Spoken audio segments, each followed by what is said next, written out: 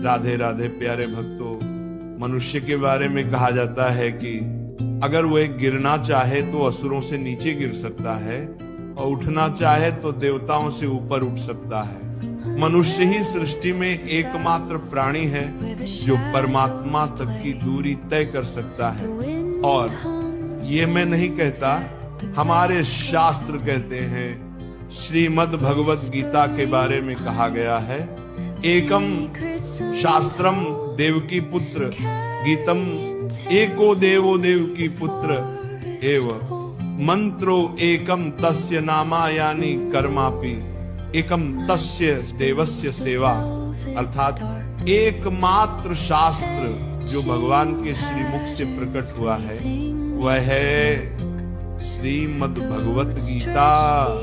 जब महाभारत के महासंग्राम में अर्जुन संशय और मोह से ग्रस्त होकर अपने कर्तव्य से विमुख होने लगा, तब भगवान श्री कृष्ण ने उसे जो दिव्य उपदेश दिया वही गीता है, जो संपूर्ण मानवता के लिए मार्गदर्शक बन गई। इस सृष्टि में यदि कोई एक पूजनीय देव हैं तो वे हैं भगवान श्री कृष्ण।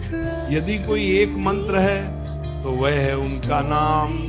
किंतु यहाँ अनेक लोग भ्रम में पड़ जाते हैं। वे सोचते हैं कि एकमात्र नाम कृष्ण कृष्ण का ही उच्चारण करना चाहिए, परंतु श्री कृष्ण स्वयं श्रीमद् भगवत गीता में कहते हैं, उमित काक्षरम ब्रह्म विहरण माम अनुस्मरण। अर्थात मेरा वास्तविक नाम ओम है, जो अक्षर ब्रह्म का प्रतीक है। यदि कोई सच्चे भाव से जप करना चाहता है तो उसे ओम का स्मरण करना चाहिए।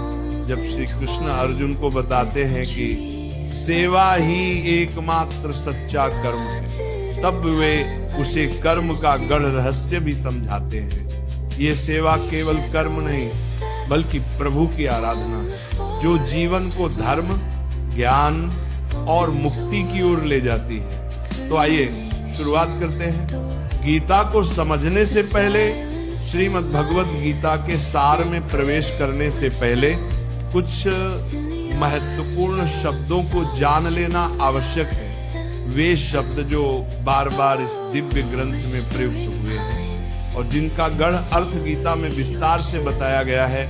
इसलिए सबसे पहले मैं आपको इन शब्दों का आशय समझाने का प्रयास करूंगा।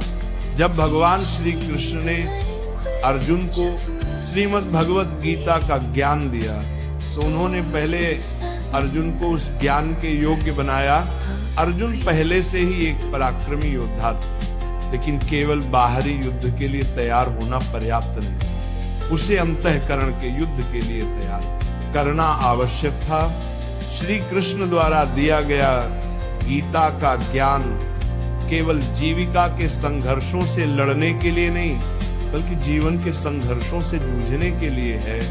ये एक साधारण उपदेश नहीं बल्कि एक गहरा प्रशिक्षण है, एक आध्यात्मिक कोर्स जो आत्मा को जागृत करने के लिए रचा गया है।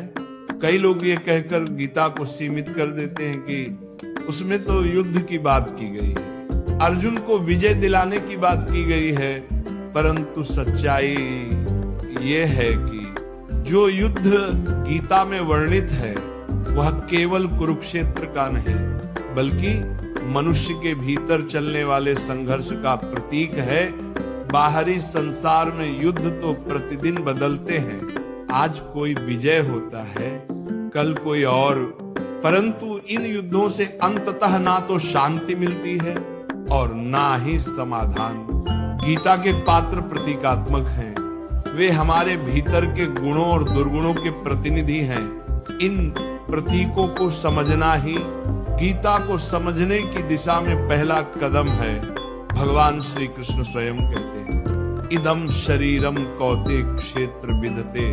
अर्थात हे अर्जुन, यह शरीर ही वह क्षेत्र है जहां वास्तविक युद्ध होता है। इस क्षेत्र में जो कुछ भी बोया जाता है, चाहे वह शुभ हो या अशुभ, वही आगे चलकर फल देता है। इस प्रकार गीता हमें सिखाती है कि हमारे भीतर जो निरंतर धर्म और अधर्म, शुभ और अशुभ, मोह और विवेक के बीच संघर्ष चलता है, उसमें विजय प्राप्त करने की शिक्षा ही गीता का वास्तविक उद्देश्य है। श्रीमद् भगवत गीता केवल युद्ध का ग्रंथ नहीं बल्कि आत्मविजय का मार्गदर्शन है। जब आपको सद्गुरु का सानिध्य प्राप्त होता है, जब आप साधना को सही मार्ग पर आरंभ करते हैं, जब आपके भीतर से पाप धीरे धीरे पीछे छूटने लगते हैं, तो आपका यही शरीर धर्म क्षेत्र बन जाता है। लेकिन यदि आप काम, क्रोध, लोभ और मोह जैसे विकारों के वशीभूत होकर जीवन जीते हैं, तो यही शरीर एक कुरुक्षेत्र में बदल जाता है, जहां भीतर ही भीतर निरंतर संघर्ष चलता रहता है। गुरु का अर्थ केवल एक व्यक्ति नहीं बल्कि एक प्रेरणा है, एक आदेश है जो कहता है करो। यह एक प्रेरणास्पद पुकार है, क्योंकि हमारा चंचल मन और शरीर हर समय किसी न किसी क्रिया में लगा रहता है। जब हम कुछ भी नहीं कर रहे होते तब भी हमारा मन सपने देखता रहता है, विचार करता है, कहीं न कहीं संलग्न रहता है। यदि हम प्रकृति और विषय वासनाओं की ओर आकर्षित होते हैं तो हमारा शरीर कुरुक्षेत्र बन जाता है, जहां मोह, द्वेष और अज्ञान की सेनाएं आपस में टकराती हैं। परंतु जब हम परमात्मा की ओर मुड़ते हैं, उनके मार्ग पर चलने लगते हैं, तब यही शरीर धर्म क्षेत्र बन जाता है, जहां शांति, विवेक और आत्मज्ञान की विजय होती है। यही वास्तविक संघर्ष है धर्म क्षेत्र और कुरुक्षेत्र के बीच, और यह संघर्ष हमारे भीतर ही घटित होता है। अब जब बात धर्म क्षेत्र और कुरुक्षेत्र की हो रही है, तो यह समझना आवश्यक है कि हमारे अंतःकरण में दो प्रमुख प्रवृत्तियां सदैव सक्रिय रहती हैं। देवी सम